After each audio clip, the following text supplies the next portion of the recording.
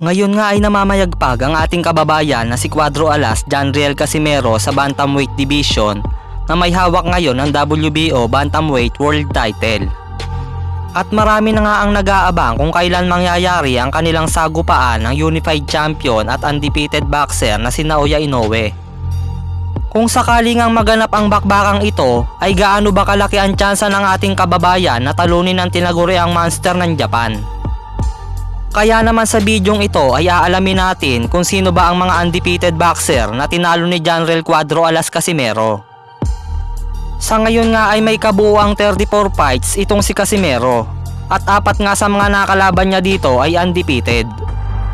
Ang una ay ang Mexican boxer na si Pedro Guevara na bago makaharap si Casimero ay may record noong 18 wins, 0 loss, 1 draw at may 13 KO.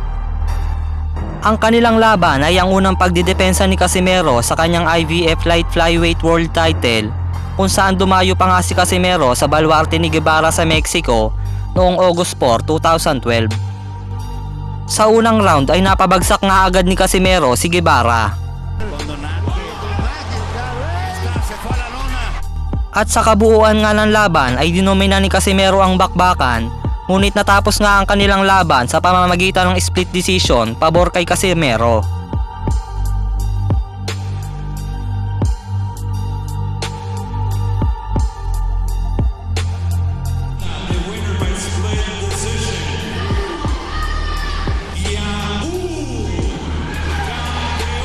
Retiene la corona, conserva su corona mundial Janriel Casimero, decisión dividida. Ang sumunod ay si Amnat Roenrong ng Thailand. Naganap ang unang laban nila Casimero at Roenrong noong June 27, 2015. Dito nga ay natalo si Casimero dahil sa dumi nga maglaro ni Amnat at halos ibalibag nga nito si Casimero sa lona. At dahil nga hindi maganda ang pagkapanalo ni Amnat ay nagkaroon agad ng rematch ang dalawa noong May 25, 2016 na ginanap sa China. Ito nga ay para sa hawak na titulo ni Amnat na IBF Flyweight World Title. Na bago ang kanilang rematch ay may record si Amnat Roenrong na 17 wins, 0 loss at may 5 KO. Gaya ng dati ay ganun pa din kaduming maglaro si Amnat Roenrong.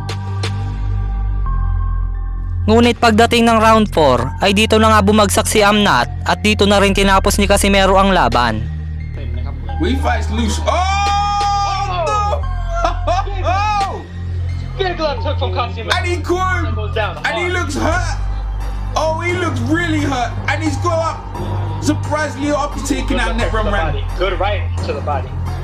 And he's definitely Casimero is not trying to be hold on. And he won't be denied. And a good body shot, he's down again. To the body. Woo-hoo-hoo-hoo. And the champion is down. Up out of his seat. And he don't look like he's gonna get up. Is he gonna get up?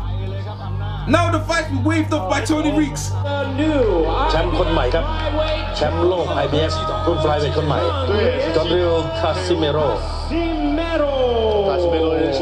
Alright man, there is Matapos manalo kay Amnat ay sunod namang dumayo si Casimero sa United Kingdom para depensahan ang kanyang titulo sa unang pagkakataon.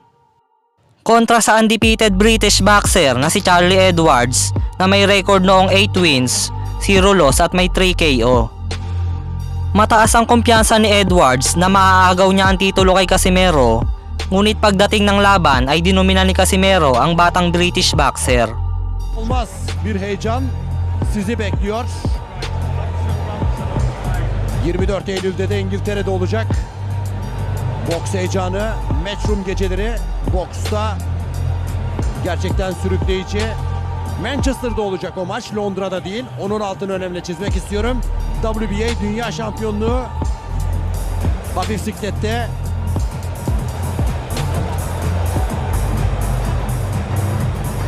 ...61.2. At pagdating nga ng round 10 ay dito na tinapos ni Cuadro Alas ang laban. Ve bir sol koşe, inanılmaz bir sol koşe. Ve İngiliz boksör ayağa kalkamıyor. Fena yıktı.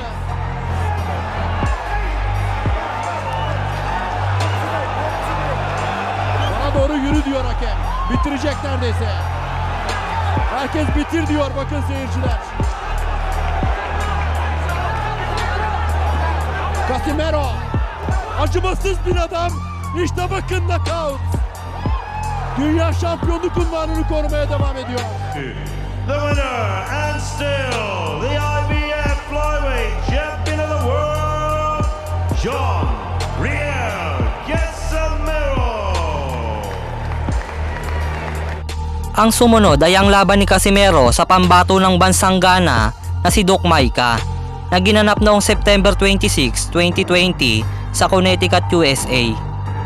Sa laban nilang ito ay may baong malinis na kartada si Maika na 24 wins, 0 loss at may 19 KO. Bago ang laban ay sinabi ni Maika na tatalunin niya daw si Casimero dahil gutom daw siyang makuha ang world title.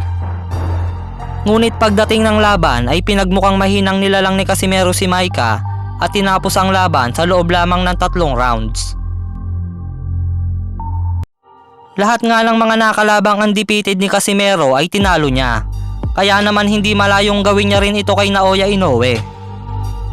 At kung ating mapapansin ay lahat ng panalong iyon ay sa labas ng ating bansa.